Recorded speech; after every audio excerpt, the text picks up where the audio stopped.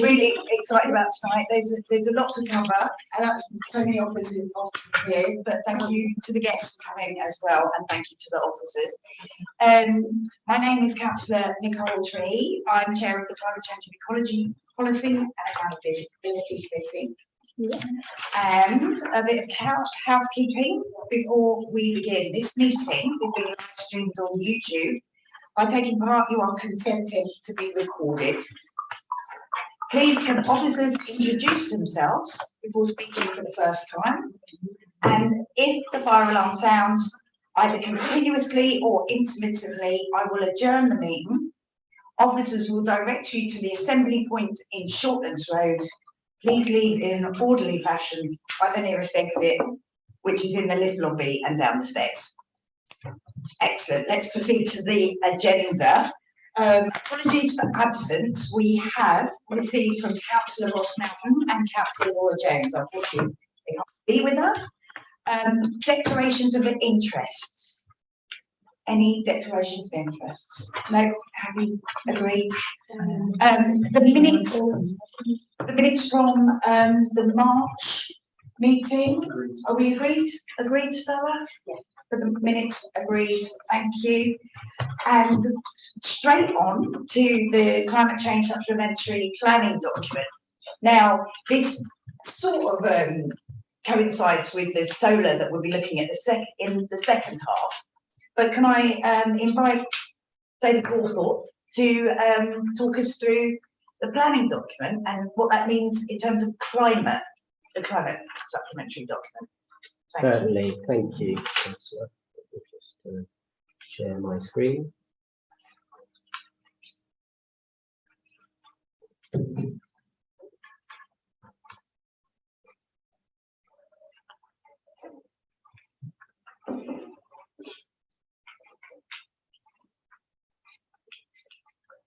Sorry, we've got that message in the middle. We're just it's not on mine. It's not on mine either. Just hopefully waiting for IT to come and sort that out. But you can, if it, I think maybe you can back so somebody has to okay it. Yeah, it's not on my it's not on my screen, so I can't okay it. But we are just asking David to come through to help. Actually, everyone's looking at me. Sorry. So where? Okay. Interesting.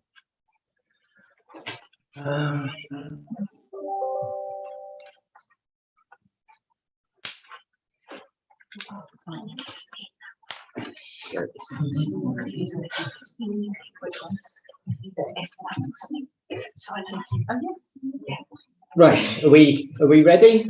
Brilliant. Okay. Thank you. So thanks everyone. I'm here to talk about the climate change supplementary planning document. This is a planning document. It sits underneath our local plan. It's not adopted yet. It's something in preparation. I'm going to talk you through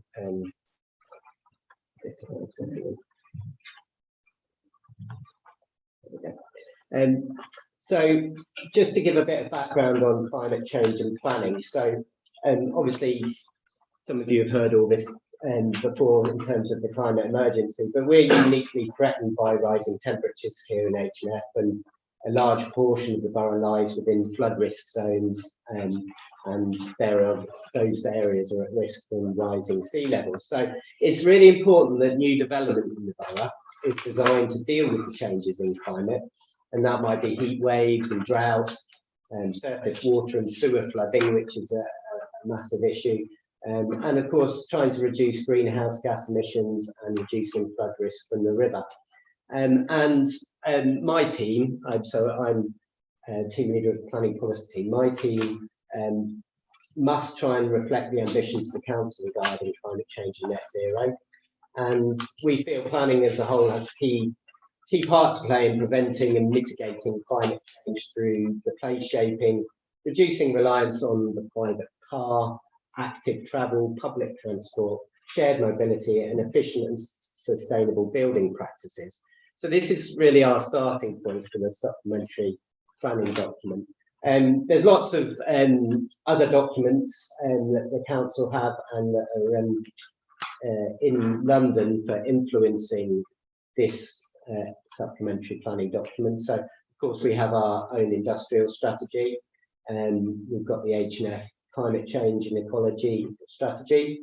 We've got clean air strategy, and the London plan is very important as our sort of regional policy document that helps inform our assessment of planning applications, and of course our local plan, which is sort of the mother document, if you like, for this particular supplementary document.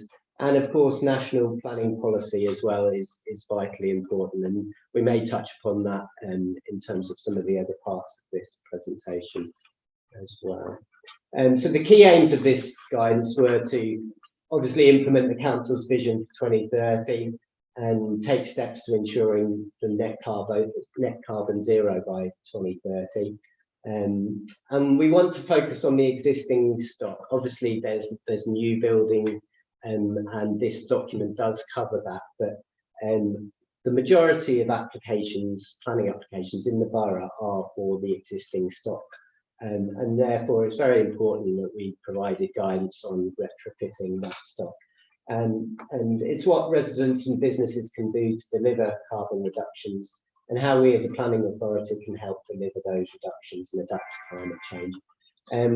And we want to take action on air quality issues, encourage, as I said before, about sustainable travel through the borough, and improve the environmental quality of open spaces and promote biodiversity and biodiversity net gain. So there's a section in the document on that as well.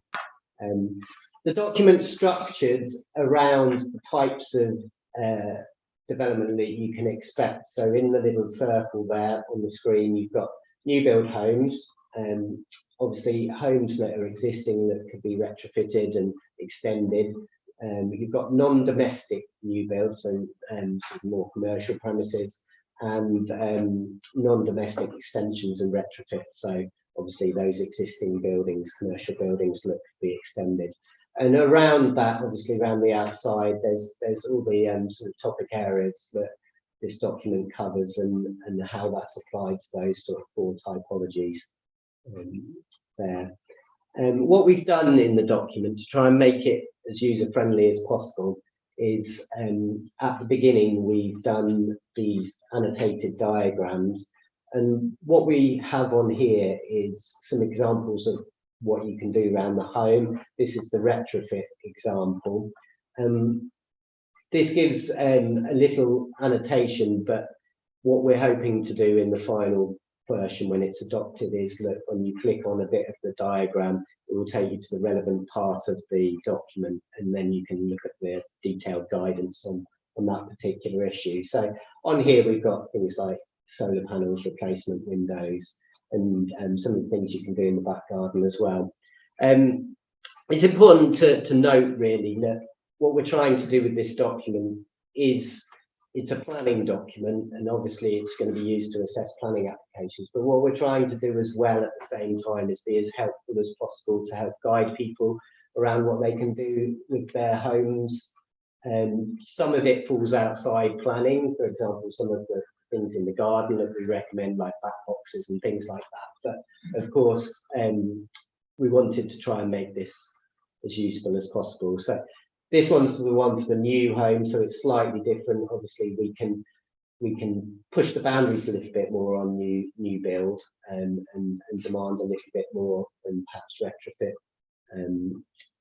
in the existing stock.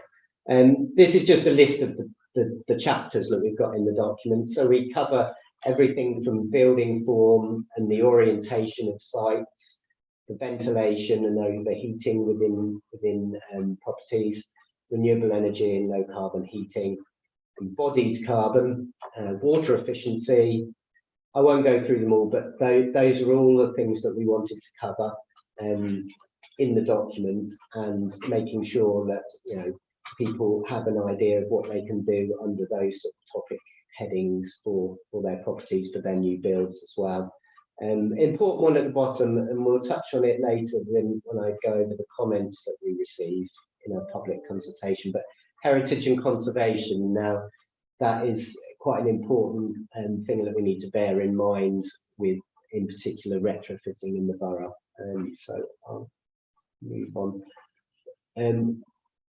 The way we've structured this document, as I said before, we wanted to make it as useful as possible. We are constrained a little bit by the existing policy, national, regional, and of course in our local plans. So this supplementary planning document can't go beyond policy at this stage, but what we can do is reiterate what the musts are. So in the red box, these are the things in the document that we are demanding of people when they do their developments.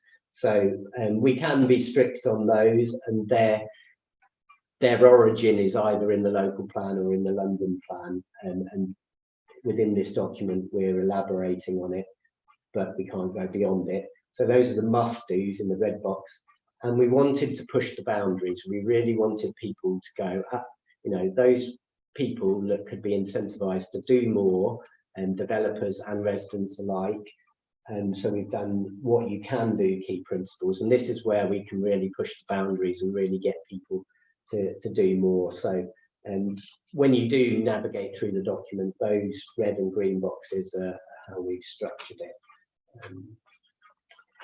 What we've also done, which we hope is going to be helpful for people when they come to do their building projects, is we've done a checklist at the back, and this is really to help inform them of what we would be expecting when they put their planning application in. So some questions posed to them: have you provided, for example, an energy assessment with your planning application? Those sorts of things, so they can tick them off and make sure that they're submitting the right information when they come in for their planning applications.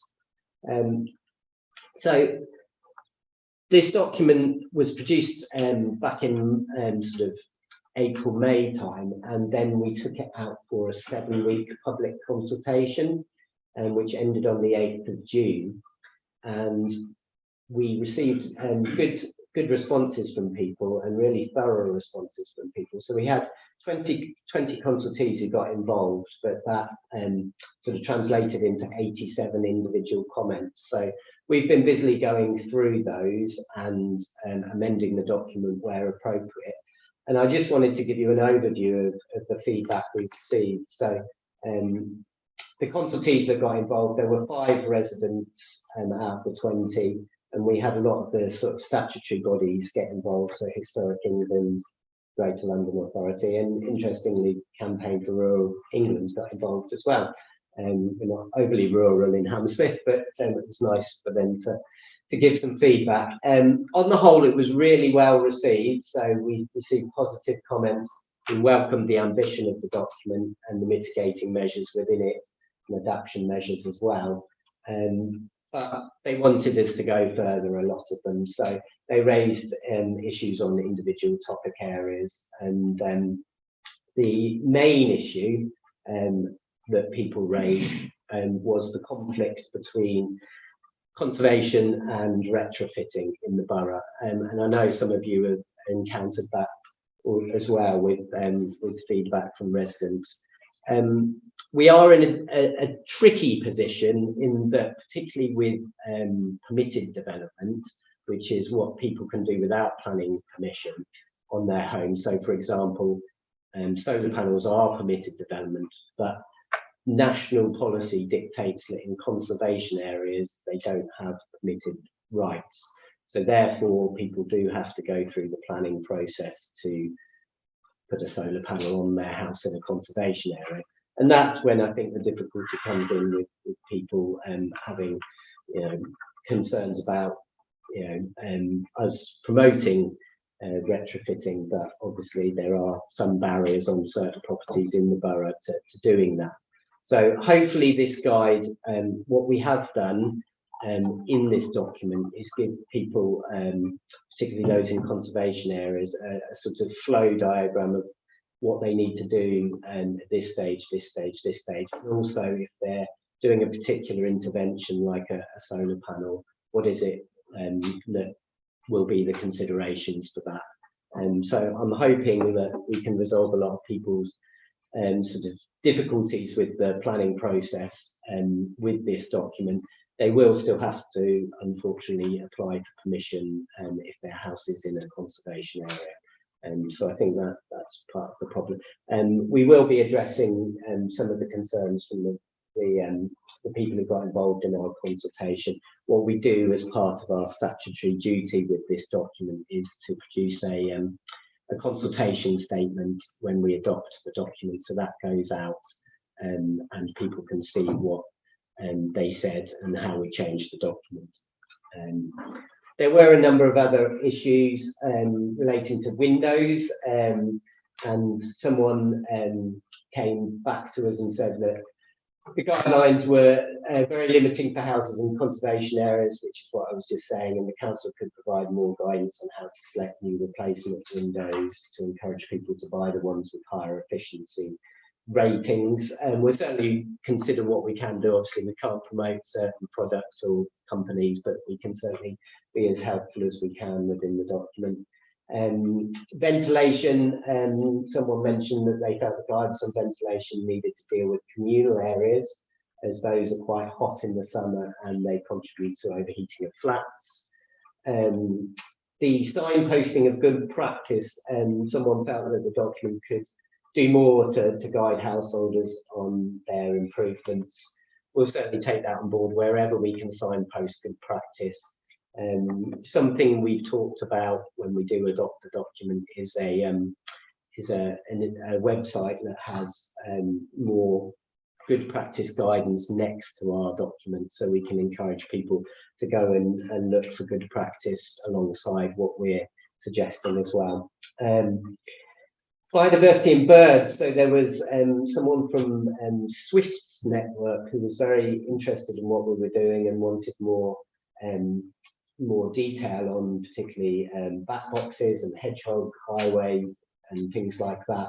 Now, what we do have alongside this document, this is just one of a few policy documents we have, and we brought one of our existing documents along. We've got quite a thick existing supplementary planning document that goes into more detail on biodiversity and birds and native species and things like that. So the climate change one is designed to be quite short, user-friendly, and helping people with retrofitting their properties. So what we'll do is make sure that this is signposted well, so people who are more interested in the detail of biodiversity can go and look at that particular document. I'll try and go over these quickly, and then there may be questions at the end. But the key principles, there was a query about how much weight to give to, for example, the LETI and passive house targets that we've got in the SPD. Now, our response to that will be that obviously we are trying to push the boundaries on those, and they will appear in a green box, but unfortunately we can't say they're mandatory at this point in time, but it's certainly something we want people to strive to meet. Trees and hedgerows, someone said they wanted more emphasis on trees and hedgerows in the SPD. We'll certainly take that on board and see what might be possible, and try and sort of put that into the sustainable urban drainage section that we've got. Air quality, someone suggested it's best to avoid stove burners, which are a significant contributor to poor air quality. Now, this is a tricky one. As I said, we're trying to push the boundaries and help people, but some things are out of the remit of planning, so we can't really go too far on stove burners. And I think there was also a comment on boilers and the type of boilers within properties as well. We don't have jurisdiction over those, but we can certainly encourage good practice to a point with those. Front gardens, this is really a good one, and we think the document needs to be much more specific about undesirable types of hard surfacing. Now, they actually include this, consultee actually included an example of good permeable sort of paving. That doesn't necessarily look like a front garden, but it's certainly a parking area, and those sort of permeable surfaces, people should really be striving for those. There's obviously we can't necessarily control when people put driveways in. They are allowed under national policy, they are allowed sort of 5 square metres, I think, of driveway. But we can certainly encourage permeable surfaces on those. So that was a good example. So that was largely, that's a sort of summary of the comments we received. So these are the sort of next steps and delivery timelines. So our task now is to go away and we've already begun this process, is to look at all the representations and agree to those that we think could make the document better, and prepare a new document to take through the governance process for adoption. And this is our proposed timeline. So we're busily doing that at the moment, and then we're going to aim to take the document to political cabinet in September and cabinet in October for adoption. It has to be adopted through cabinet to gain the statutory weight as a supplementary planning document, and then we can start using it to assess planning applications. So we're aiming for adoption in the middle of October this year. So that's my presentation. Happy to take any questions. Thank you very much. Excellent. Any questions from the committee first? Hello, do you want to? So, Yeah. first of all, thank you for that very interesting presentation. A lot to learn. So, I have one specific question on the conservation versus. Is the main issue cited, so homes with old windows, so single glazed, or is there anything else that's prevalent?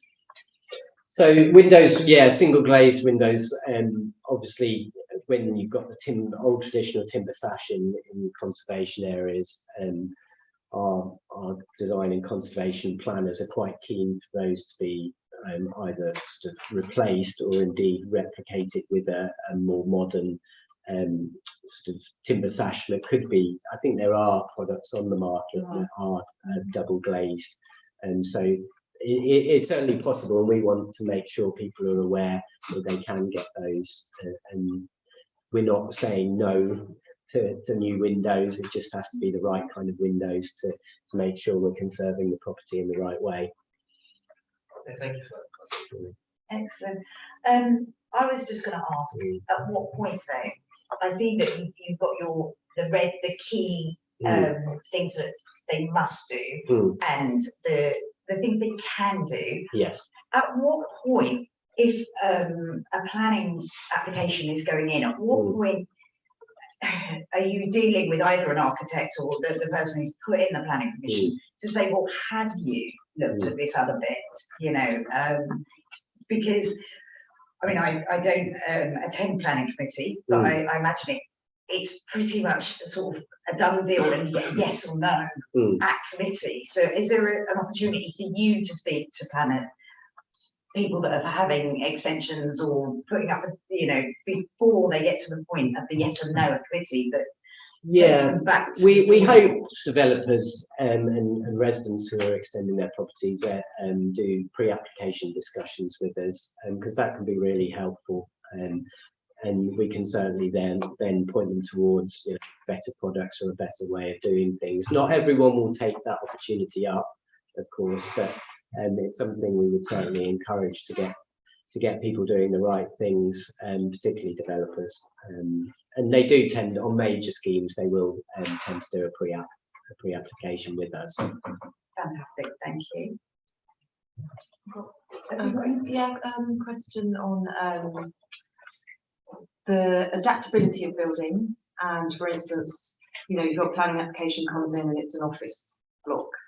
I think it'd be useful to explore putting stipulation in there for requirements for balconies, because we're keen on natural ventilation and the possibility for these buildings to be adapted in the future to housing. We know we've got a housing shortage, so I think there's a crossover with planning on this, I imagine, but also it's just good for the well-being of people in their working environment to have balconies. You can, you know, encourage butterflies. You can put, you know, people go out there and take a break. So yeah, I didn't see anything.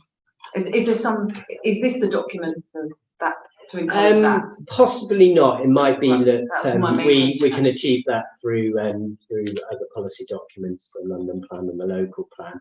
And certainly things like balconies are sort of required as a sort of amenity space for residential schemes. For commercial, not so much. But I really think it's important to put it into commercial buildings, because we want to encourage people to work, they go to the office and work out of their homes. It, you know, it just make their working environment more pleasant. You will spend more of your time at work a lot of the time anyway. So. No, I agree. Yeah. I think it's something And we can certainly begin to think about in when we develop new policy for the local plan. And I'm not sure we can put it in this particular document, but it's a really good point that, you know, we do it for residential properties. Why shouldn't we do it for? Well, also because of, not just because of the environment while you're working, but it's also that building may then in future adapt. Yeah. So, yeah. It may be that I think 66 Broadway has lost its balconies, I think. So, and it's more of a hermetically sealed building. We'll have a look in this document, because obviously we do address commercial properties in this document. The ventilation section of the document, you know, is quite important in this case, and I think, you know, something like a balcony would certainly improve the ventilation of a commercial building. We'll take that back. One of the people in my team are a bit of a specialist on this, so we can ask their opinion, see what we could do within this document. But it might be, in terms of a sort of mandatory requirement, we would have to develop that through the planning policy and the local plan. Okay, thanks. And then just one more thing on sort of future proofing for retrofitting air source heat pumps. You know, we're going to at some point get rid of fossil fuels, and if people can't afford it now, you know, not enough grants, not enough investment, can there be some help with, at least, or stipulation to future-proof your building to be prepared for it in the future? So the right pipe work, the right type of boiler, the right type of cylinder to be able to just plug into in the future. I think that's what we're striving to do. I mean, certainly this is a good step forward to, as I say, we are trying to get people to push the boundaries, and we are trying to encourage things outside the remit of planning, things like boilers and things, obviously, people can change within their property without having to go through the planning process. But we want to try and make sure there's good practice out there that people can follow with regard to that. Yeah, so I've done a project in Westminster, a residential project very recently, and we ended up scrapping the air source heat pump because there were so many constrictions around its boundaries, you know, where it could be positioned in the garden. Yeah. We thought, right, we're just going to future-proof the house, do it in the future. Yeah. I know it's all about, and you've encouraged it in this document, insulating your project properly. We're keen so that you don't need to use the boiler that often anyway. This is That's kind of a main. We certainly touch on it in the SPD that we want people to look holistically at their property. I mean, certainly just putting solar panels up without addressing insulation within their property would be a bit of a mistake. So, you know, it's important that people do it and, you know, go the whole hog, as it were, and try and make sure their property isn't leaking energy, as well as trying to you know, encourage new renewables on the property. So yeah, it's I think trying to incentivize people is what we're trying to do through this. Certainly things we can't control through planning, but yeah, some really good points. Funding's the issue, isn't it, for all of this, really. Absolutely, and it is a murky world out there. I've spoken to a few people who have bought solar panels, and it's a bit like the new double glazing salesman. There's a lot of rogue traders out there, so I think it's important that people find the right companies to do this work for them. And just one more. Yeah, okay. Go ahead. So the retrofitting of, you know, the conservation area housing, you know, maybe people can't afford to change to double glazed sash windows, but there is the options also of secondary glazing, and if we could put some guidance in there for that too, it's actually cheaper. it can be. It's a really effective. good point. We'll Yeah. we'll look into that and see what we can add to the document to recommend that sort of thing. Because you're right, it could be something. Yeah, well, even cheaper than Yeah. that, thermal blinds and Yeah. curtains and closing your windows. Yeah, all of that guidance would be great. Yeah. Yeah. Thank you. Thank you. Very good. And I mean, I just want to be really clear. Was part of the reason we can't insist, particularly in conservation areas, that people make these changes is because of government guidelines, and they're at the end of the day, they're the guidelines that we have to abide by. Is there any relationship between? Do we know when the government might bring in stricter guidelines? They're changing permitted development rights all the time, so you never know. But as it stands, and then particularly with conservation areas, I don't know if they'll go there. I think they'll continue to recommend that goes through the planning process. So I don't think they're going to. Yeah. If I might just add to that, there are a whole host of government consultations coming up through the planning forms at the moment. None of them would necessarily at the moment propose of changing development rights in conservation areas. But I would like to reassure you, we do respond to every single government consultation or planning form that comes our way. So if there are any proposals that come forward in the next several years on permitted development rights in conservation areas, it is an issue we will raise. Because it is something that we are finding there is a very difficult conflict occurring in regards to net zero ambitions and conservation, and there is a balance to be struck. So it is an issue that we will raise at the first opportunity. Sadly, at this time there is no opportunity for us to raise those with the government. No. And how much do the conservation areas in Hammersmith and Fulham cover versus that are not in the conservation area? Is it quite a big percentage of our housing? It's a massive percentage of the borough's conservation. It's within our gift to adjust the conservation area boundaries, and we can do that through the statutory process. But we might not necessarily want to, because there are other things about those properties that are important that we want to protect. So they're conservation areas for a reason. But of course, it is, in our gift to adjust the boundaries if we so desire. Yeah. So outside of the conservation area, for example, a retrofit could decide to clad the outside of their house, or would that be just even outside a conservation area? That would still be like, that's not going to match the house next door. Yeah. Depends on the extent of what you want to do, really. For example, solar panels, David said, are an example where you can put those on without planning permission, provided they are within the strict guidelines that are set out within the development right. But it really depends how far you want to go. I mean, if you're making exterior changes to your house, the majority of those changes do require planning permission. But it really depends on the extent. Right. Yeah. And the solar panel issue is possibly the biggest, because it's the one element that I think homeowners and leaseholders think they can make a difference, because it's all, nearly affordable. I know it's still out of a lot of people's reach, but it's the one thing that's going to make a difference to their energy bills going forward. So, but it's still quite tight, the restrictions on solar panels as well. Certainly easier to do, and it's the same with air source heat pumps. There are limits essentially aspire to and you can achieve, but it's not a free for all, so to speak. There are limits to what you can do, and those are very clearly set out in legislation. We have signposted that legislation, explained where those limits lie in this document. Brilliant.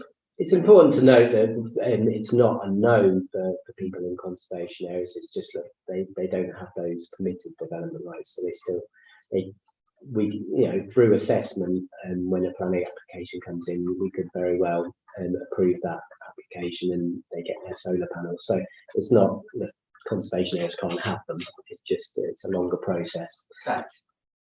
Thank you. Any further questions? Would anyone like to ask anything about planning? Yeah, just in talking through the process, thank you very much.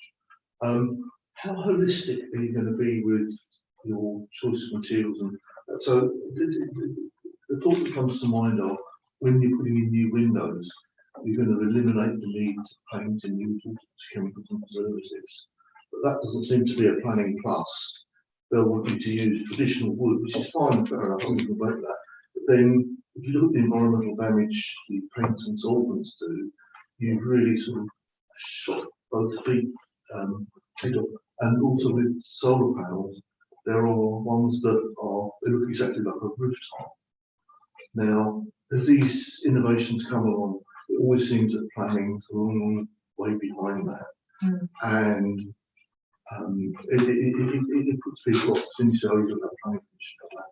You can't have it. So some solar panels now are almost invisible because of the way they incorporate into the existing designs.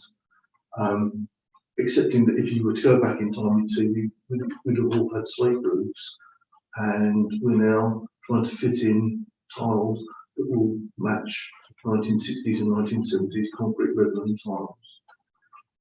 I think it is tricky because obviously technology is moving quite quickly, and planning is probably a lot slower than the technology that's coming through. We are trying to promote good practice, and if there is new technology coming forward, new materials that we can sort of point people in the direction of, then we'll certainly do that. Obviously, we can't necessarily require certain, because certainly in the example of conservation areas, we do require certain materials, but in other respects, people have a little bit of freedom to choose their own products. Yeah, it's certainly, we need, the beauty of something like this supplementary planning document is we can review it quite regularly. So as technology moves on, we should be able to revise it and hopefully improve on it. And in the interim, we can certainly point people in the direction of good practice and good products out there that might be better for them to use. It's funny, it's so difficult, isn't it? And even with the sort of electric plug-in for cars, you still have to know where your electricity is coming from. Is it coming from a renewable source in the first place? Because otherwise you're just using up energy from an unknown source, aren't you? So and the paint sort of point you made there is quite important, I think. For, that can be damaging as well to the environment. So yeah, it's one of those things that I think we need to continually adapt, and hopefully we can keep pace with technology as best we can. Yeah, can I just remind you to introduce yourself, so particularly for the online. Sorry, I'm Paul Alexander. I'm a councillor at the Sands. Thank you. And just as a follow-up question, just where you're looking at insulation values, which essentially in Fulham is going to be for Victorian properties or by putting those values, are you going to inhibit people's ability to use slightly less rated materials, but natural materials like cork, or maybe a thinner layer of rock wool, as opposed to using a PIR foam, which is very important? We haven't gone into that level of detail, we have to admit, for this document. It is going to be up to people, particularly with insulation, which you can't see externally. It's not necessarily something they would require permission from us for. So they can explore the products that are available to them for that. So, and as I said, we'll try and put as much good practice on our website alongside this as we can, and to promote those sort of things. But yeah, we can't insist on certain insulation, unfortunately. Thank you. Councillor Harcourt, do you want to? For the purpose of this, I'm Councillor Wesley Harcourt. I'm the Cabinet Member for Climate Change and Ecology. Just a quick question, that might sound a bit odd coming from me, but this is obviously guidance only, and it needs to be absolutely clear this is guidance only, nothing here is mandatory. When is the local plan going to be revised, so some of this can be incorporated and made mandatory? And what's the timescale for the review of the plan? What I would say, Councillor, thank you for your question, is that anything that can be hooked off existing local plan policies, so obviously the red boxes that we described, apologies, my battery's gone. The red boxes we described can be mandatory because we have a hook either in the London plan or in the local plan that we can insist on that particular thing. We will need to embed anything we want and that isn't mandatory. We will need to start to begin to think about that for a local plan review. We're aiming to work with Jim's team to gather some evidence on climate change, which we hope will inform a local plan review. We haven't committed to a time frame for a local plan review, but we anticipate getting that evidence together this year, and hopefully next year we can begin to think about, as you know, Councillor, there's a long sort of process. We have to do 2 rounds of public consultation for a local plan. There's an examination in public, so it is a 2 or 3 year process, but we certainly want to begin that now in terms of the evidence base, and perhaps begin the sort of consultation, first round of consultation possibly next year on the local plan.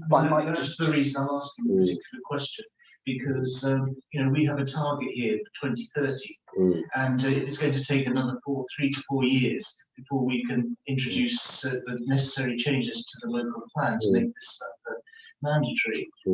We're 3/4 of the way there to the target, so the time to reach the target, so it becomes increasingly compressed.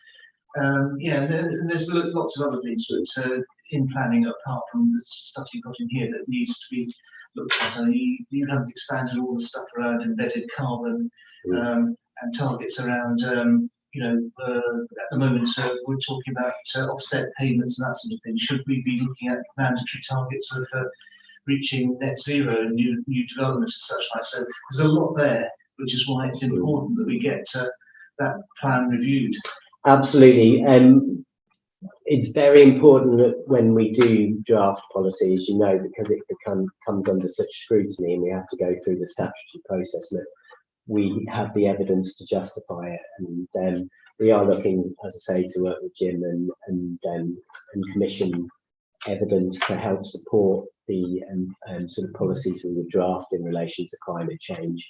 And we'll certainly be doing that in earnest, and hopefully, although it is a sort of set period for a local plan review, which, as I say, can take 2 or 3 years, we certainly want to begin that as soon as possible, and work with yourselves and take some of the good work we've done from this document and try and make it mandatory in a new local plan. So it's certainly our aim, and we certainly hope we can get it through the process and make a difference before 2030 comes around. If I may just add to that point, there is many ways in planning, and I appreciate we're going away from the climate change element here, that there's a bit of a rock and a hard place in many ways. Obviously, we want to have the most up-to-date local plan as possible. One of the issues is that the government is currently undertaking very comprehensive planning reform. There is a risk that if we were to pursue a local plan too early, and then local be adopted and the government planning reform comes in later, that local plan will be out of date in terms of the reforms far too early. So we have to really, I think, gather the evidence base as soon as possible, so we're in the best position once those reforms come through to then ensure the local plan is up to date for the longest possible period of time. So there are some external constraints, I think, on the local plan review side, and unfortunately we don't have control of those. One of the big things that is has been talked about in the reforms is centralised government policies. Now, we don't know the extent to which those will be, but we anticipate climate change might be something they start to bring in, because it is obviously a national international issue, and so we do anticipate that might be one of the centralised policies, and we need to know that and then obviously that will inform the scope of our local plan, and once we know what centralised policies there will be on climate change. I think they did talk about doing that particular consultation this year, so I hope we will find out more.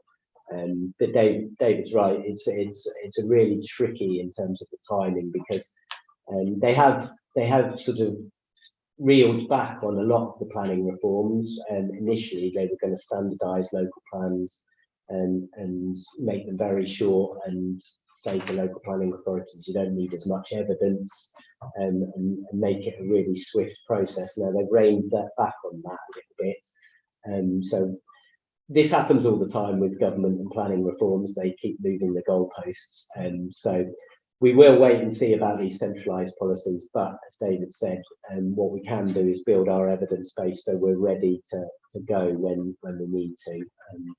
And as I say, we're hoping to do the evidence base this year, and then begin to perhaps consult on an early iteration of the local plan maybe next year.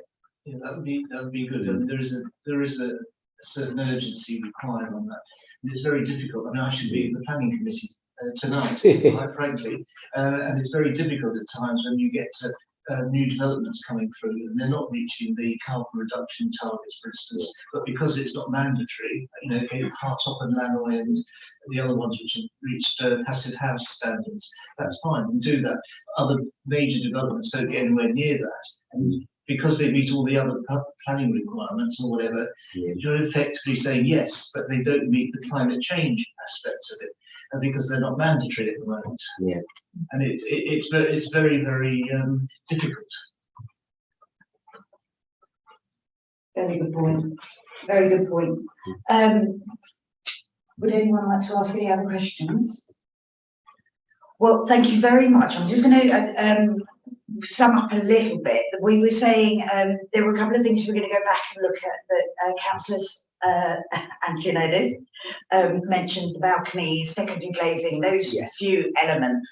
I would like to say thanks and encourage the sort of pre-application meetings, and I like the idea that you've got this second website going where you know people can click on and find out more information that sort of encourages them, incentivizes them as much as possible, encourages them to go as green as possible with those extra details, because we can't mandate it, unfortunately.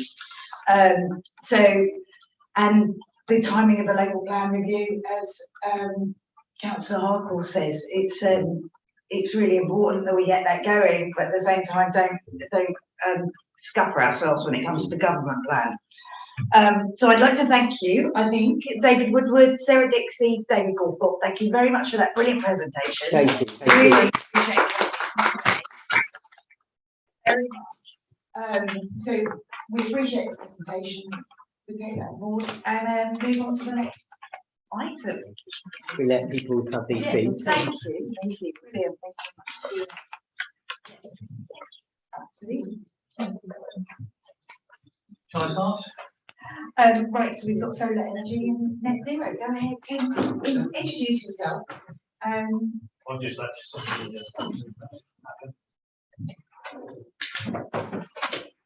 Thank you. So my name is Tim Price. I'm the Clean Energy Lead at Hammersmith. I'll just share my screen now so I can go to find my own slides. We did test this earlier, so with any luck, yes, this should be working. So I'm just going to, I think the main event today is Hammersmith and Fulham Community Energy and the work they're doing on solar PV, and Etta is very kindly here with us to talk about that. Just before she does so, I just wanted to very quickly put that work and solar PV in the wider context of our net zero challenge, and particularly our net zero challenge as it relates to energy. And the first point I would make on that is that as a borough, most of our emissions come from energy, and more specifically come from energy used in buildings. That pie chart is taken from our climate strategy, and it shows you that the majority of emissions, and therefore the biggest challenge we have to get to net zero, is about 80%, comes from energy used in buildings, both homes, domestic buildings, and as David and colleagues were talking about non-domestic buildings as well. And a very big chunk of that is heating our building. So the slices that say on domestic buildings gas 105 and homes gas, that relates basically to emissions from gas boilers. So that's a very big part of the challenge we should not forget. This I'm not going to dwell on, but this is basically, and it's kind of quite widely agreed, the roadmap used by the GLA to get to net zero energy. And I guess the point I would want to kind of highlight on that, there's a lot of words on the slide, but it starts with energy efficiency. And again, we were talking about that with the planning SPD, the need to do energy efficiency first, and then often the most cost-effective stuff is insulating buildings, using more efficient lighting, that kind of thing.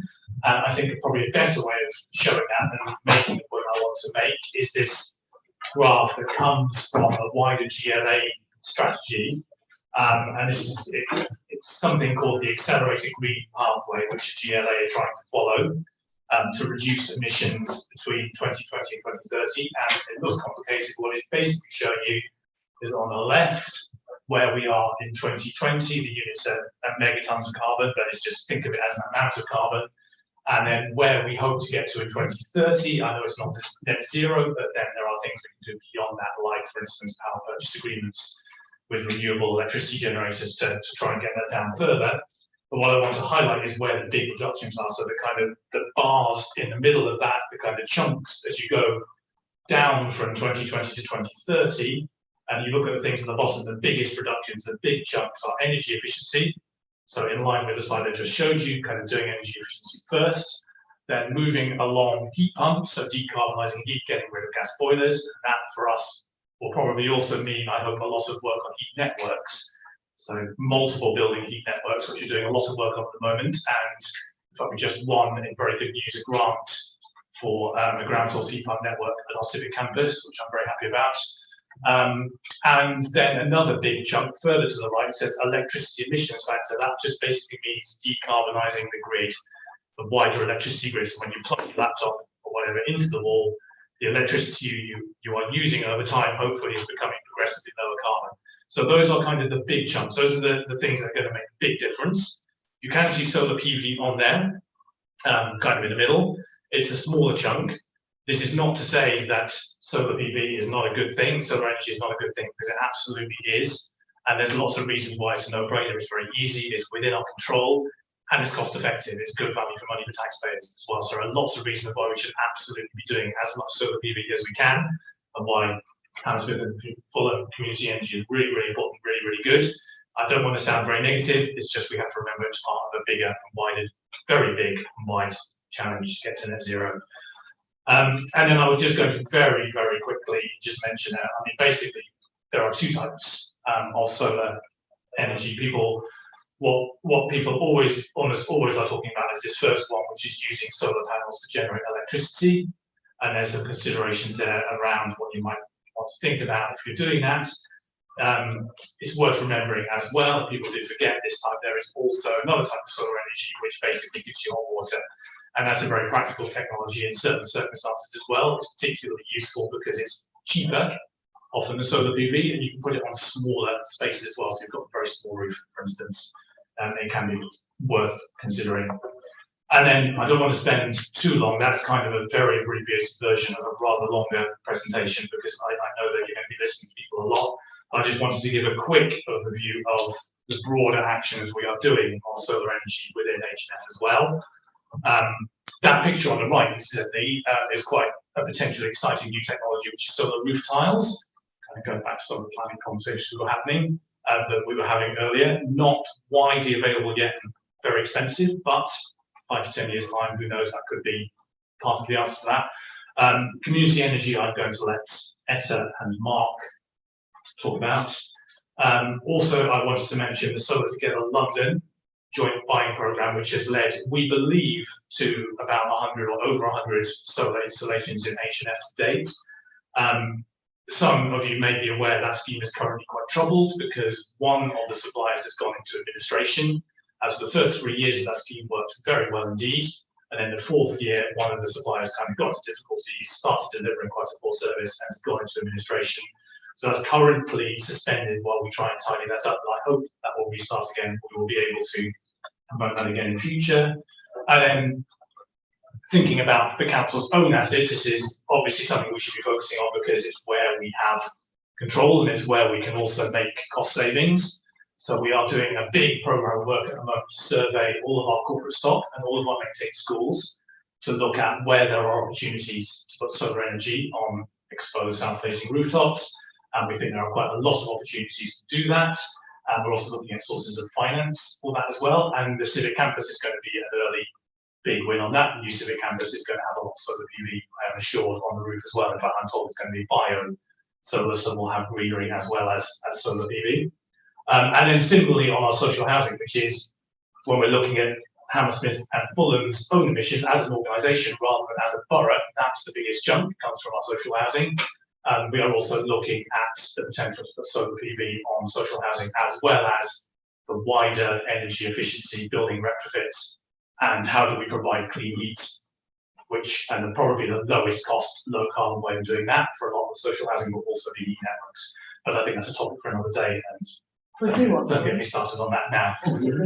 Heat networks, so kind of single or possible, usually single heat sources that connect to multiple buildings in effect, and that can let you use things like waste heat from the ground. That's what we're doing on the civic campus. But I think probably a topic for another day. So I probably, and planning I think we've covered, but yes, just to kind of emphasise my understanding is that most properties don't require planning permission. It's not necessarily where it might be, and we have free advice, free pre-planning advice, I should clarify, on retrofit measures and solar PV help with that as well. So I think that's probably, I'm happy to answer any further questions on that, but I want to hand over to kind of talking about the community energy project because I think that's a very exciting thing we're doing on solar at the moment. My name is Mark Tomlinson. I'm the climate engagement lead at the council. And just a bit of an insert since the topic is about solar power, solar panels. I do want, in fact, perhaps I'll use to talk just for a couple of minutes about solar reuse and recycling. So just a reminder that, especially when it comes to climate change, many issues interface and interlock with each other. When we talk about reuse, that's about maximizing value and prolonging the useful life of something as long as possible. So if you think about clothing, then if you've got clothes you no longer wear, the wasteful option would be put them in the bin, but you've got alternatives such as donating to a charity shop, or if it's broken, you can have it mended. So it is with everything else. And we've got an example that would be good to, I think committee would be interested to hear about, of how we are trying to push forward on solar reuse in the borough. Just a bit of context as the background for this, which is about solar farms and solar panels as electricity generation. It's also financial investment for many companies. PV, so photovoltaic, the ones that generate electricity, are getting cheap, very cheap, about 90% cheaper than they were 13 years ago, which is a good thing, I should say. They last quite a long time. Normally the guarantee is for 20, 25 years. They can last longer than that. But they do, over time, lose their ability to generate as much power as they did when they were brand new. But the other good thing is that as the technology evolves, new solar panels are more efficient than old ones. So 5 years ago, you might talk about 18% efficiency. Today, you might talk about 23%. You can get ones that are much better than that, but the idea is that technology evolves, so you get more electricity per panel, let's say. So that all sounds very good. What it does do is create a financial incentive, though, especially for operators who want to make money, to replace modules that still have plenty of life left in them before their end of life. So let's say with the clothing analogy, you get a new jacket, even though your current jacket is still fine because you found one that you like better. That's a bit of context, and I should say it is a good thing that solar panels are getting cheaper and more efficient. So with that as a background, there's a bit of a prompt for some work we did, which was, and the picture here is of the solar panels on the Edward Woods estate, which you may remember. The short story is that they had to come down following a fire risk assessment of tall buildings after the Grenfell disaster, and they were scheduled to be disposed of, which means because they are electrical waste, they would be sent for recycling. Recycling is good, but again, if your jacket still has life in it, you should use that. So what we did is, rather than having them sent for recycling, is we organised for them to be rescued and rehomed. And groundbreaking step in sustainability, it says, and we think this is a first in the country of rehoming these. We've calculated very considerable carbon emission savings from this, firstly by preventing new solar panels being needed, and secondly by displacing fossil fuel power from the grid. And the bigger picture of what we're trying to do here is lay the groundwork for a market in second-hand solar panels. So all of these ones that are going to be replaced, currently there's no national standard, there's no way for them to be easily reused. I don't want to go into too much detail because we're still developing work on this, but basically, because a lot of the cost of installing solar panels isn't the panels themselves, but the labour associated with it, there needs to be a lot of trust in second-hand panels in order for there to be a market that will support that. And basically, it's currently quite difficult if you want to do that. So we worked, and I want to credit a startup called ReSolar. So Matt Bell and who's with us in the room, Etta Dale, were part of pioneering this effort. So some celebrations just to mention, not only have we managed to rehome some of those solar panels, but also through our collaboration with ReSolar, we have sent some of them to Ukraine to support humanitarian efforts there. They're going on a hospital. I think that's great news. Also credit to an organisation called Energize Ukraine and the Embassy of Canada, which I should say I was involved in that. That was all thanks to the work of ReSolar. So wanted to insert that to the positive. I can see country lost your pen. Getting me excited. So just that's sort of a work in progress and a good news story that I thought the committee would like to hear. But not to distract also from the main topic, which is community energy, which is a really exciting development coming to the borough. And I'd like to pass over to Etta Dale to talk a bit more, explain where we are with community energy. Yeah, sure. So any questions you have about ReSolar, I've just written 12,000 words about it, so we can stay till the end of the meeting. I'm Etta Dale. When I'm not wearing my ReSolar hat, I'm wearing my repowering hat. I'm the solar development manager at Repowering London. We are a community energy support group, so we support community energies groups to establish. We've helped establish 8 across the capital. The most recent and most close to my heart, and I'd like to thank David for submitting the application for the registration of the Community Benefit Society, is Hammersmith Community Energy, which is our most recently registered Community Benefit Society in London. So Repowering London specialises in creating local energy projects. So our aim is to create resilient, empowered communities across London with greater control and ownership of their energy generation and usage. And we do that by creating local energy. And it's been wonderful to hear about solar panels and planning, because under that, those 6 goals include decarbonising buildings, putting solar assets in, but also we work a lot in the co-benefits of creating local energy, local leadership, training and employment, reducing fuel poverty, and social investment. So, looking at the Hammersmith and Fulham climate strategy, you can look at community energy as where communities come together and jointly purchase solar assets. The funds from which go back into that Community Benefit Society to repay the capital. It also repays the investors, and it also pays for the maintenance. And most importantly, it pays for a community fund that is then reinvested in the community. And it's stipulated that it has to be within the community that the society is registered in. So we are kind of in simple terms, addressing challenge one, which is putting solar panels on buildings. And we will be doing that through supplying local efficient renewable energy. It's cost efficient because, as we said, solar is a fantastic technology that's going down in price. One of our main goals is to support all residents to live comfortably and affordably. So a lot of our innovation work at Repowering London is to do with reducing fuel poverty through allowing direct access to reduced prices for social housing.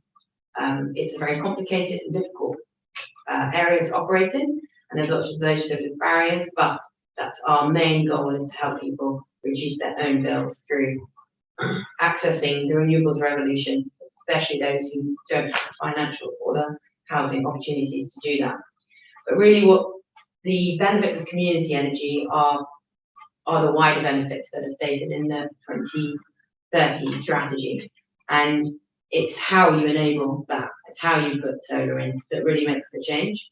And I've listed all of the ways that you would like to engage, educate, influence, finance, decision-making, the green economy.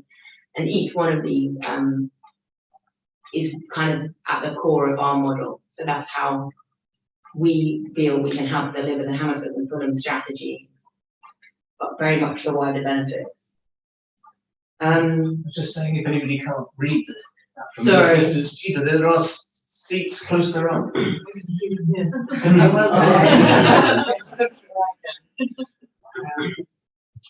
Yeah, so something I'm particularly proud of that I've been involved in through North Kensington Community Energy is, for example, we did a youth training scheme in North Kensington, getting young people to have an overview of sustainable jobs and to take training with them.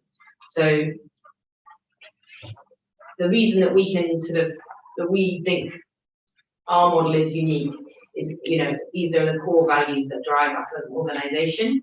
And those are the ones that we take out into, and when we're helping mentor and support organisations such as Hammersmith and Fulham Community Energy to establish.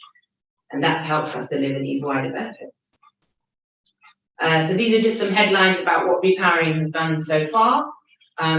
Yes, as I said, what I'm particularly proud of is 149 young people have been trained across the co-ops, 707 kilowatt peak of installation, and a huge amount of capital has been raised that has saved local authorities, in many cases, with upfront capital. So these are our highlights from last year. And the last one is the Community Engagement and Inclusion Award, which I think speaks to kind of the values of the organisation. Really, we're not just trying to create technical infrastructure, we're trying to create social infrastructure that helps drive change in a wider context. So for those of you, I apologise, you've heard me talk about this model before, but the core principles of community energy is community ownership. So a community benefit society is established. It's owned by and controlled by and benefits the community that it's established within.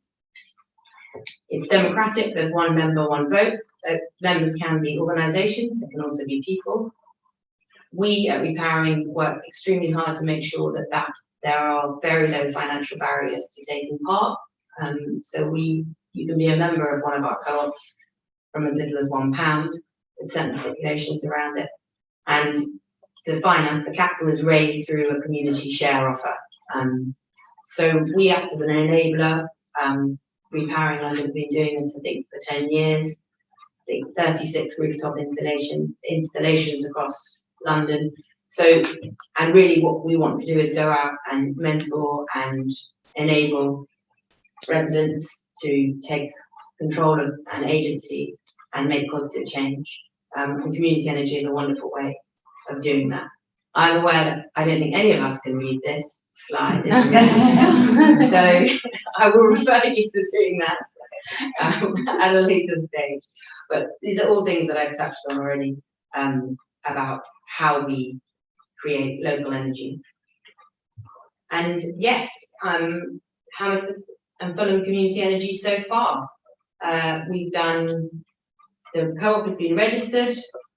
We've put out a sign up through Climate Connect, which at the time of writing this was around 50, it's now around 100. Thank you very much for inviting me to talk at one of your Climate Cafe webinars. That was a highlight. There's a real sense of kind of people are really ready for this, they're really interested in it, they really want to get involved. The community group have been fantastic and have been leading events and pushing things. So what I've been doing at Repowering is I applied to the GLA for funding for technical and social feasibility studies of 5 sites in the borough, which we were successful in. And as mentioned, it's 2 schools and a church, and then we have 2 sites outstanding, which, as the way it goes with feasibility studies, sometimes things aren't feasible, so we are able to switch them to some new sites. I'd like to say thank you to the council for all the work you're doing and providing insight and information on possible sites, and I think that we've got a really good opportunity to start a really thriving co-op, which will be a massive achievement in a post-feed-in tariff context. And as I was speaking to North Kensington Community Energy is in our neighbouring borough, and here are some of the wonderful things we've achieved. I'm also volunteer director of NKC, so I'm inclined to say that.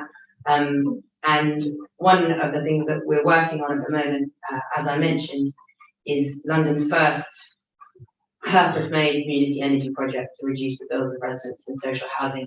In the past, we've had to kind of take circuitous routes to try and get there. At the moment, we do have one on Rupert Estate in Brixton, and the residents are paying 6p a unit for their solar energy that they're getting from their roof, and it's an amazing achievement. But this is the first time we've gone towards an install with just the view of making it reduce the costs of the residents. And so I'm very delighted to see that you've already been analysing your social housing, because that would be a core ambition for us, to work with you on how to achieve that. And that's it. I'm aware it's also 8:15. I'm always amazed by your stamina at these things. Thank you. That was absolutely brilliant. It's very exciting. Definitely got some questions, but I'm quite happy to bring in now the councillors first. Have you got any questions? I just want to say what a great cause, what a great fight you're putting forward. It's great. Thank you, really. Thank you. It's great. Can you give us a little detail of how the new Brixton project is working? Really, because it's the first one that's from scratch. It's called the Rupel Estate in the Rupel Park Estate in Brixton, and it's part of something called Local Energy. It's a local energy club, and the way it works is we have a partnership with Octopus Energy, and they do something called sleeve the power. So whilst they sort of buy it from us, I think in theory, and then we're able to resell it. So when our members of the local energy club get their bill, they get a bill with their standard rate, and then they get second tariff. So it's a way of allowing local energy clubs are a way of allowing a 2-tier tariff that's connected to local electricity, but the local electricity bill does make that quite difficult, and it relies on kind of an ongoing informal partnership with Octopus. So that's kind of the constraints around that, but it's been going for 2 years, and we've had that is a feed-in tariff project though. So That's a what, sorry? A feed-in tariff project. So they will be receiving a set amount per unit of renewable energy that they create, irrespective of whether they use it or export it, which is a tariff that ended in 2019 and was very generous and helped with the acceleration of solar. But projects that we're working on now won't benefit from that. So there won't be the level of discount that we're able to provide, but we're looking at between 30 and 50% off the energy cap at the moment in our RBKC installation. Thank you.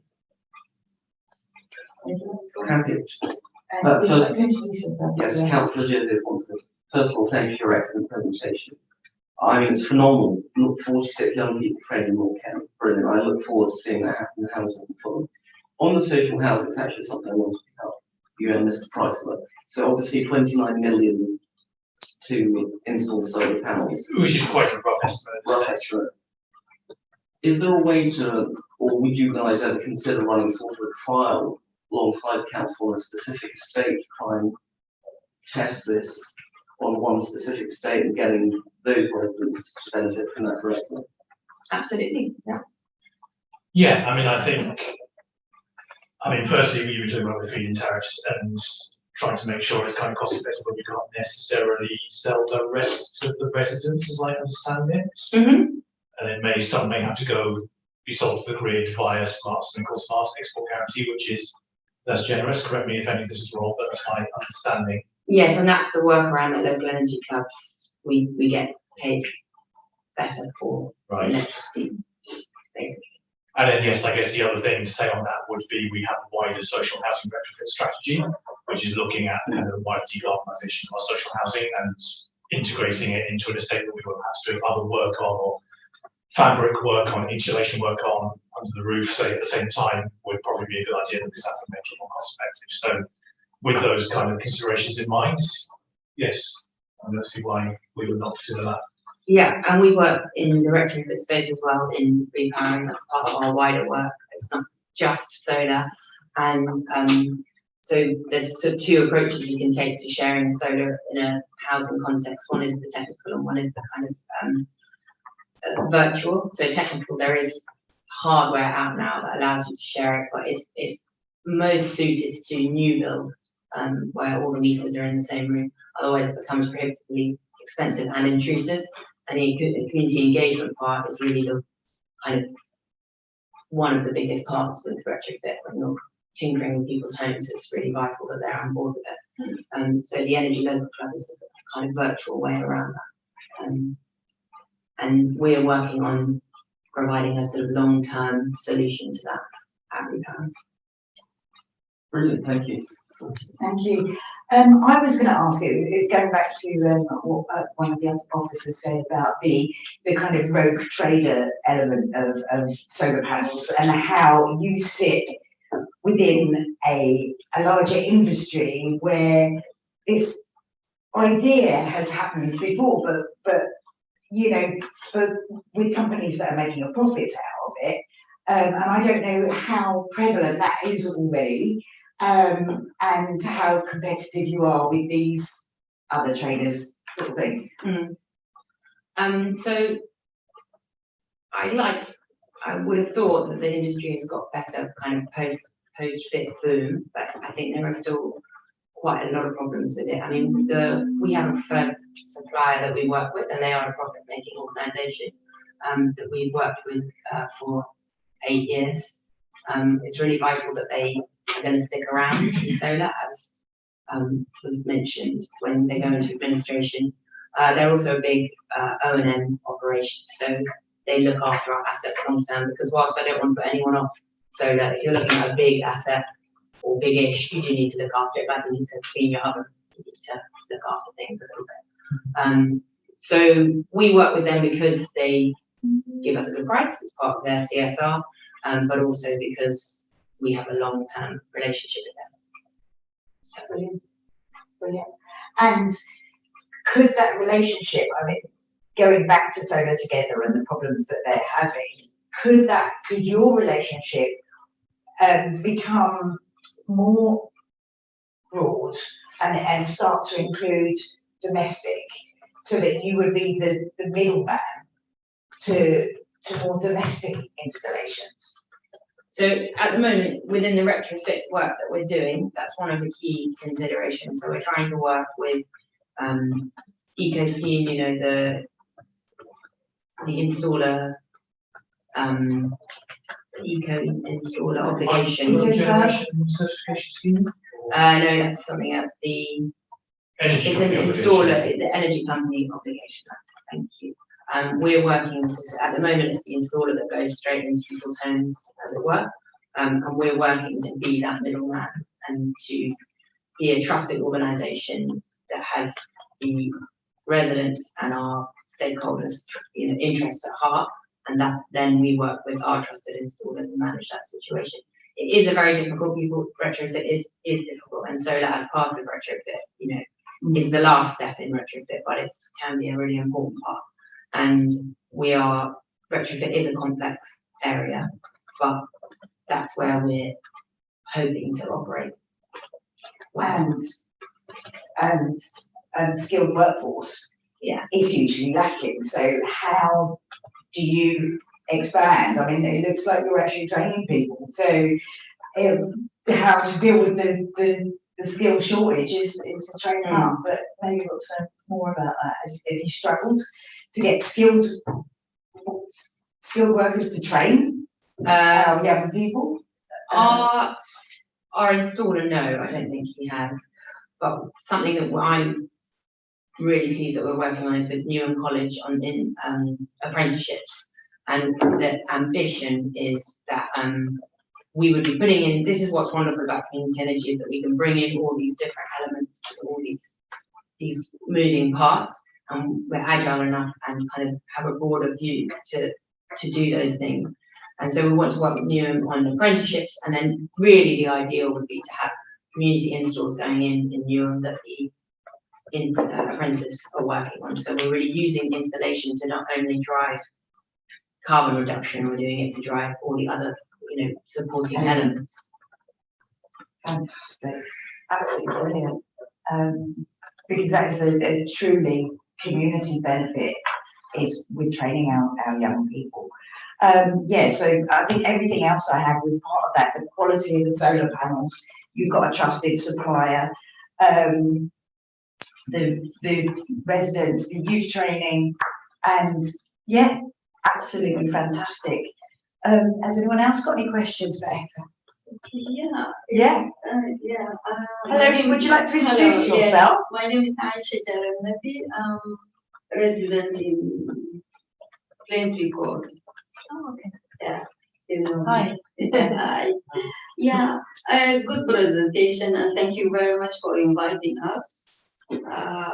My question for you regarding the communication, how do we reach you, or how do you reach the residents in the community, and then you can tell us about? So we do that through our volunteer-led cooperatives. So, and part of the feasibility studies that we'll be doing, there's funding as part of that grant for public engagement events, and so we'll start to build a network on the ground of people who will, and oftentimes we go and knock on people's doors and give them leaflets and have conversations with them. In North Kensington, we've done kind of public engagement events for Green and Living Days, so we handed out leaflets for all the local food banks. We did it at the Nourish Hub and all the children's centres and schools, and that's how we go out and find them. And we like to work with residents who are within the community, and they help us to find people to talk to. Thank you. If you can have leaflets and things. Yeah, well, you can have my email address.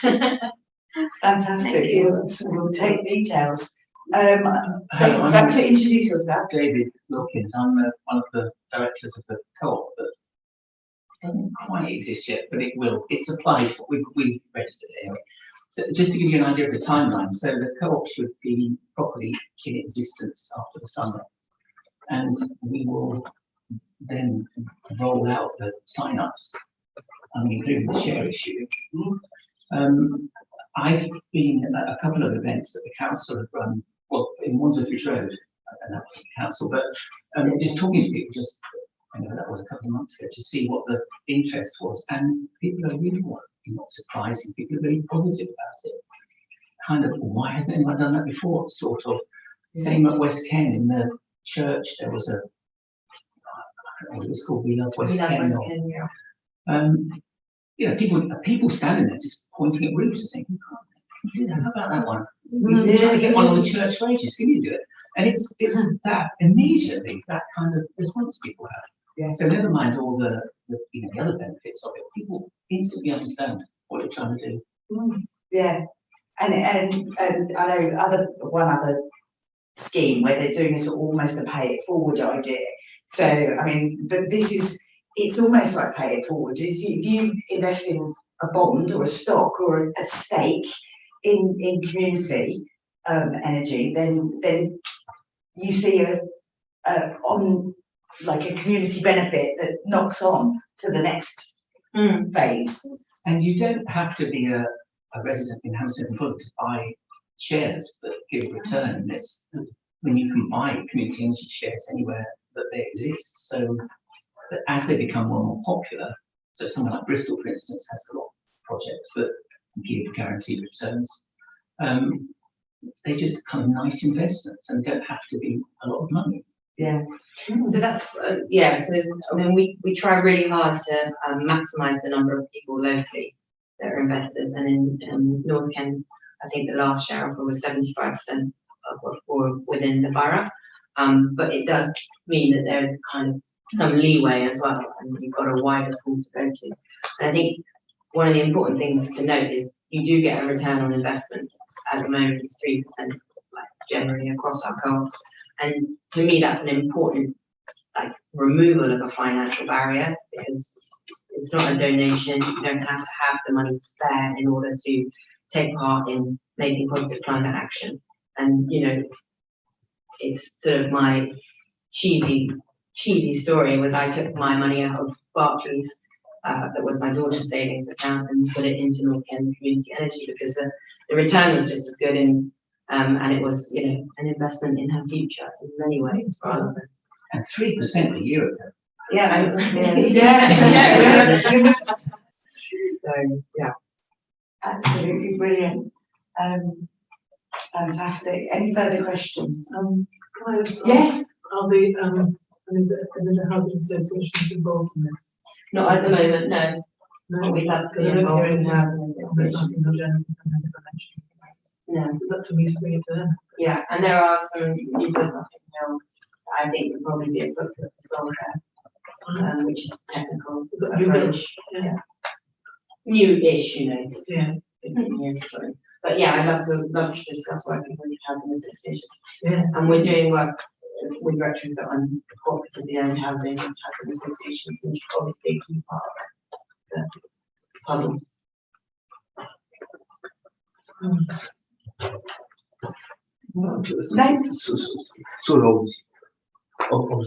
Thank you very much for the presentation. I was just diving into it, and I don't know if I heard about but you're saying it's possible to have a partnership with, say, the local authority and their social housing residents, and a supply for solar panels and stuff like that. And could social housing residents, in sort of extension of that, either rent or lease a right to have a solar panel on a building, or actually rent a solar panel, or rent the output of a solar panel. Yeah. So I'm just stunned. I haven't thought of that either before, but yeah, I mean, it depends which approach you take. So the assets and I'll continue some ideas we had quite a few years ago to oh, that would be great. Yeah. I mean, it's a fast pace changing in terms of technology, in terms of legislation, demand profiles, pricing. You know, everything changes quite rapidly. So responding to that context is really important. I can link you up with our social housing teams. I'm talking to them a lot about heat networks at the moment. So I love talking about heat networks. Great. Fantastic. Well, thank you so much. Thank you for your presentations. Thank you for coming in and being guests. I think we're all excited and energized by this. Tell your friends, tell everybody that you know to hook into so we can amplify this as far as possible.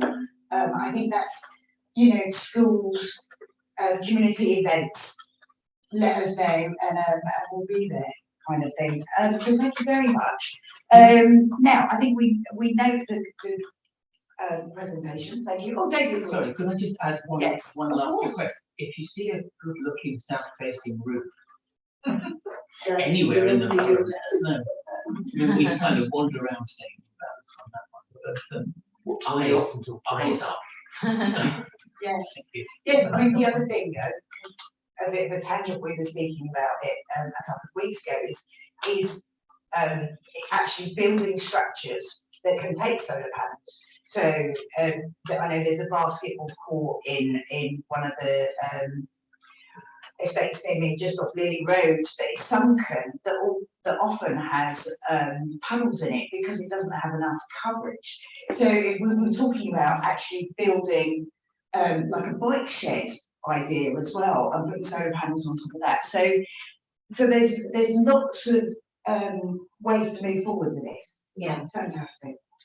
Thanks for coming in. So presentations noted. I think the date for the next PAC meeting will be on the 21st of November. Are there any requests? I have asked Annie Baker to come in and do a presentation on waste and recycling, which a lot of that is about reuse and minimising use before the recycling process. But she's going to tell us how what the movement we're doing on food, picking up food. What's it called? Yeah, food collection, which is is a new collection that's been trialled in the borough, and I think it's been pushed out. It's food waste recycling. There's a trial, pilot scheme, or whatever you want to call it, to promote about 6,000 properties. It's gone on for the last couple of years. Where are they doing that waste? It's in various parts of the borough. Those ones that you see the wheelie bins outside will also be part of it. Right. So right. Yeah. Food wastage.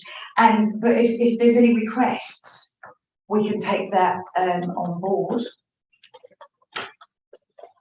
Well, we could, but let us know by email to the council. We'll take that on board.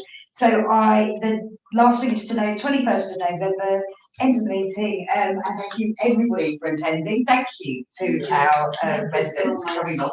Thanks, David, and councillors. Thank you too.